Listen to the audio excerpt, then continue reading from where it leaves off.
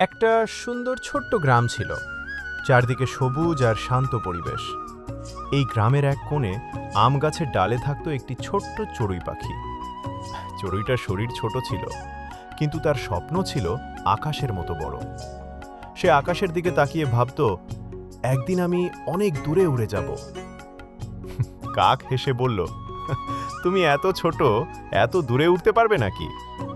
কবুতর বলল, স্বপ্ন দেখা ভালো, কিন্তু বাস্তব বুঝতে শেখো। এই কথা শুনে চড়ুইটার মনটা খুব খারাপ হয়ে গেল। সেদিন রাতেই হঠাৎ ভীষণ ঝড় এলো। বৃষ্টি আর বাতাসে চারদিক কেঁপে উঠল। সব পাখি ভয়ে নিরাপদ জায়গায় লুকিয়ে পড়ল। চড়ুইটা দেখল একটা ছোট পাখির ছানা নিচে পড়ে কাঁদছে। চড়ুই ভাবল, আমি ছোট, কিন্তু আমি চেষ্টা করব।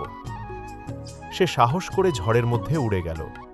চড়ুইটা ছানাটাকে কোলে তুলে নিরাপদ জায়গায় রেখে দিল। ঝড় ধীরে ধীরে থেমে গেল। আকাশ আবার পরিষ্কার হলো। সব পাখি বলল, তুমি ছোট হলেও খুব সাহসী। চড়ুই মুচকি হেসে বলল, স্বপ্ন বড় হলে ডানা ছোট হলেও কিছু যায় আসে না।